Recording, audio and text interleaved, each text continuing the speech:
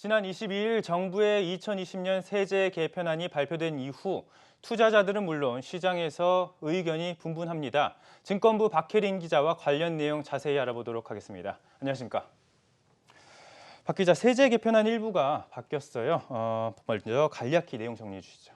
네, 가장 큰 변화는 2023년부터 금융투자소득이 신설된 겁니다. 이에 따라 현재 대주주에게만 부과되는 양도소득세가 소액 주주에게도 부과되게 되는데요. 주식과 공모 주식형 펀드를 합산해 5천만 원까지는 공제가 됩니다. 만약 투자자가 1억 원의 수익을 냈다면 5천만 원을 제하고 남은 5천만 원에 대한 20%, 즉 1천만 원에 대한 양도소득세가 붙게 되는 겁니다. 투자자들이 그동안 내지 않았던 세금이 생기면서 아무래도 볼멘 소리가 나올 수 있을 것 같은데요. 하지만 양도세가 늘어나는 반면 거래세가 줄면서 되레 주식 투자의 기회라는 의견도 나오고 있어요. 네, 맞습니다. 정부가 지난달 25일 내놨던 초안에서는 당초 공제액이 5천만 원이 아니라 2천만 원 수준이었습니다. 이후 문 대통령이 개인들의 주식 투자를 활성화시켜야 한다고 발언한 이후로 공제액이 크게 상향됐습니다. 또 정부가 양도소득세를 부과하는 대신 현행 0.25%인 증권거래세를 내년 0.02%포인트를 낮추고 2023년까지 0.15%로 낮추기로 했습니다. 정부가 1년에 5천만 원 이상을 주식으로 수익을 낼 것이라고 보는 투자자는 전체의 2.5%, 약 15만 명 수준입니다. 즉 개인 투자자의 97.5%는 양도세를 내지 않아도 되고 또 오히려 거래세의 절감 혜택을 볼 수 있다는 게 정부의 설명입니다. 일단 정부 설명만 들으면 개인들의 세 부담이 확실히 줄어든 것처럼 보이기는 해요. 네, 맞습니다. 올해 증시를 뜨겁게 달군 종목 네이버와 카카오에 약 1억 원을 투자한 개인 투자자를 예로 들어볼까요? 먼저 두 투자자 중 양도소득세를 내야 할 사람은 누구일까요? 아무래도 이제 정부가 투자자의 97.5%는 소득세 부과 대상이 아니라고 했으니까 이게 단순 계산하면은 두 투자자 모두 해당되지 않을 것 같기는 합니다. 네, 정답은 모두 둘 다 소득세를 내야 한답니다. 왜 그런 걸까요? 네, 현재 네이버의 경우 주가가 올 초보다 1.56배 올랐고 카카오의 경우 2.16배가 올랐습니다. 네. 올 초에 사서 23일 종가에 팔았다고 하더라도 계산을 하면 네이버의 투자자의 경우 약 5,600만 원의 수익을 보게 됩니다. 여기서 5천만 원을 제하고 남은 20%를 계산을 하면 양도소득세로 약 118만 원을 내야 합니다. 카카오 투자자의 경우를 볼까요? 마찬가지로 계산을 하면 수익은 1억 1,580만 원 수준입니다. 여기서 5천만 원을 제하면 6,500만 원에 대한 양도세, 약 1,300만 원을 세금으로 내야 하는 것이죠. 카카오의 경우 5천만 원만 투자하더라도 소득세 부과 대상이 됐겠네요. 이렇듯 정부가 양도소득세를 내는 개인 투자자들이 극히 일부라곤 하지만 분명히 안 내던 세금을 내야 하는 투자자도 분명히 생깁니다. 또 정부가 주말세 급하게 2천만 원에서 5천만 원으로 기본 공제액을 상향하지 않았습니까? 당초 계산했던 것보다 세수가 줄어들 것으로 예상되는 만큼 추후에 공제액을 더 줄일 수도 있다는 우려가 나옵니다. 네, 카카오와 네이버의 경우에는 개인 투자자들이 쉽게 접근할 수 있는 종목이잖아요. 이런 점을 미뤄볼 때 생각보다 실제 양도세를 납부해야 하는 분들이 많아질 수도 있을 것 같아요. 박 기자, 이익을 보는 만큼 세 부담이 느는 거니까 반대로 만약에 손실이 났을 때는 세 부담이 좀 줄 수도 있겠네요. 네, 그렇습니다. 정부는 5년까지의 손실을 2월 공제하기로 했습니다. 예. 올해 손실이 나고 내년에 수익이 난다고 하면 전년도의 손실분을 빼주는 방식입니다. 네. 이것도 당초 3년이었다가 5년으로 확대됐습니다. 하지만 학계에선 명백한 이중 과세라며 이도 부족하다는 목소리가 나옵니다. 함께 들어보시죠. 근데 미국이나 영국 같은 경우는 뭐 언리미티드 돼요. 그러니까 한정적인 게 아니라 계속 빼주게 돼 있거든요. 증세 목적이 아니라고 주장하고 있거든요. 우리 정부에서는. 증세 목적이 아니라면 우리가 개인에 대해서 과세하고 이득에 대해서 과세하고 차손에 대해서도 다 반영해주는 이런 식의 어떤 과세 방법을 택해야 된다. 이렇게 생각합니다. 네, 학계에서는 일단 부정적인 입장을 지금 보이고 있는데요. 금융투자 업계에서는 지금 어떤 목소리가 나오고 있나요? 네, 금융투자업계에선 일단 환영하는 목소리입니다. 예. 일단 당초 초안과 비교해서 크게 수정 보완이 됐고요. 초안에선 펀드가 기본 공제 대상에서 빠졌다가 결국 최종적으로 포함되면서 한시름 놓았다는 분위기입니다. 예. 또 업계 입장에선 증권 계좌를 만드는 개인들이 크게 늘어날 것이라고 보고 있습니다.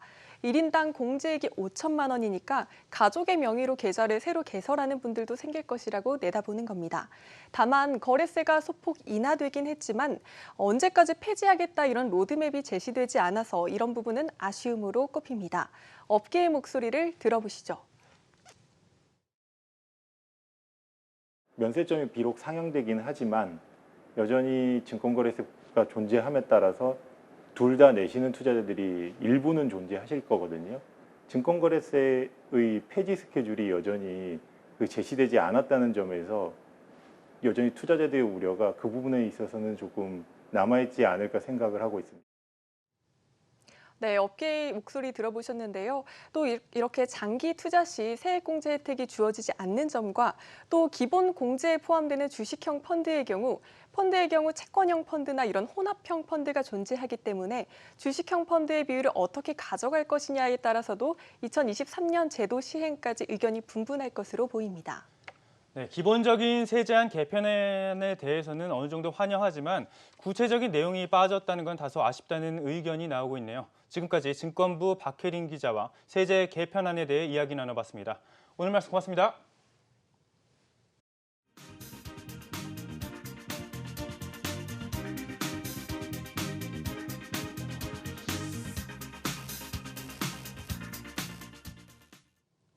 코스닥이 2년여 만에 800선을 탈환했지만 하루 만에 다시 주춤했습니다. 코로나19 2차 확산이 사실상 진행되며 증시 불확실성을 높인 가운데 종목별 차별화 장세가 이어질 것이란 진단이 나옵니다. 방서우 기자가 전문가들의 의견 들어봤습니다. 코스닥 지수가 21개월 만에 800선 고지를 점령한 지 하루 만에 투자자들의 표정이 바뀌었습니다. 코로나19가 아직 진정되지 않았고 미중 갈등이 고조되고 있는 가운데 코스피 대비 상대적으로 강세를 보인 코스닥마저 불안정한 모습을 보였기 때문입니다. 전문가들은 사실상 개별 종목 장세가 이어질 것으로 보고 주도주 선점의 중요성을 강조했습니다. 우선 코스피에서 주식을 연일 팔아치우는 외국인마저 코스닥에서는 바이오주를 사들이고 있는 만큼 코로나19 백신이 개발될 때까지는 이들 종목을 중심으로 추가 상승이 가능할 것이라는 분석입니다. 실제로 최근 2달 동안 외국인은 시젠, 알테오젠, 셀트리온 제약 등을 집중 매수했습니다. 하지만 이들 제약 바이오주의 주가가 기대감만으로 지나치게 올랐다며 과열을 우려하는 시각도 있습니다. 한국거래소에 따르면 올 들어 KRX 헬스케어 지수의 주가 수익 비율은 208.93배에 달합니다. 해당 통계가 집계된 지난 2010년 이후 최대 수준입니다. 제약바이오 종목이 몰린 코스닥 신용융자 금액만 벌써 7조 1,399억 원으로 코스피를 압도한 점 또한 상투 논란을 부채질하고 있습니다. 올해까지는 대중화가 되기는 어렵다라고 보고 있어서 백신이 개발됐다라는 걸로 인해서 단기적으로는 테마성으로 모멘텀이 강화될 수 있으나 펀더멘털 측면에서 봤을 때 경기 지표가 급격하게 개선되기는 어렵다라는 거죠. 이에 따라 반짝 급등의 연연에 특정 섹터에 올인하기보다는 중장기 관점에서 포트폴리오를 구성할 필요가 있다는 조언도 나옵니다. 미국 증시뿐 아니라 한국 증시에도 상당한 변수로 작용할 미 대선 결과, 한국판 뉴딜 정책 등을 고려한 신재생 에너지나 2차 전지 관련주가 대안으로 꼽힙니다. 조 바이든 후보의 생각을 약간 이렇게 그냥 단순 명쾌하게 정리를 하면 수소, 풍력, 수력 여러 가지 이제 얘기하는 환경 관련주들이 굉장히 부각이 될 텐데 조 바이든 후보뿐만 아니라 친환경 정책과도 맞물리는 부분들이 있기 때문에 아마 이런 쪽에 대한 생각을 좀 정리를 하실 필요가 있는 것 같고. 모처럼 개인 투자자들의 주머니를 불린 코스닥. 800에서 주저앉을지 내친 김에 900까지 넘어설지 귀추가 주목됩니다. 한국경제TV 방서우입니다. 국내외 증시는 코로나19 이전 수준으로 빠르게 회복했는데요. 이제부터 증시의 향방을 좌우할 요인으로 유동성 공급이 꼽히고 있습니다. 이에 따라 다음 주 미국 FOMC 회의에서 논의될 것으로 알려진 추가 부양책 여부에 시장의 촉각이 쏠릴 전망입니다. 정경준 기자입니다. 미국의 추가 부양책과 관련한 불확실성은 국내외 증시의 변동성 확대를 야기할 공산이 적지 않습니다. 이달 말로 주당 $600의 연방 실업수당 지급이 종료되는데 연장 여부 등이 포함된 추가 부양책을 놓고 잡음이 계속되고 있습니다. 이렇다 할 합의점을 찾지 못할 경우 실업수당 지급 종료와 함께 소득 절벽 상황이 벌어지게 되는데 향후 소비 경기는 물론 하반기 경기 개선 기대 심리에 부정적 영향이 불가피할 것으로 예상됩니다. 7월 말에 가까워질수록 좀 이견차는 좁혀지면서 합의에 이를 거로 좀 보고 있고 경기 부양책 합의가 이루어지지 못한다고 하면 금융과 실물 간의 어떤 괴리가 벌어진 것들에 대한 갭을 좀 줄이는 계기가 될 수 있다 좀 보고 있기 때문에 다음 주가 강건인 한 주가 되죠. 오는 29일에는 미 연방공개시장위원회 FOMC 회의가 예정돼 있습니다. 정책금리 동결 등 완화적 통화정책의 기조 유지가 예상되는 동시에 물가 상승률 2% 상해 허용 등의 포워드 가이던스 제시 여부에 대한 시장의 기대도 적지 않습니다. 주 후반에는 페이스북과 아마존, 네이버 등 국내외 대형 IT 기업들이 2분기 실적을 발표합니다. 언택트 관련 기업들의 향후 주가 방향성에 대한 분기점이 될 전망입니다. 주요 기업들의 예상외 실적 선전을 비롯해 미국을 중심으로 한 정책 기대감이 앞서고는 있지만 실물 경기와 괴리된 증시 고평가 논란과 미중 갈등 확산 등은 여전히 부담 요인입니다. 한국경제TV 정경준입니다.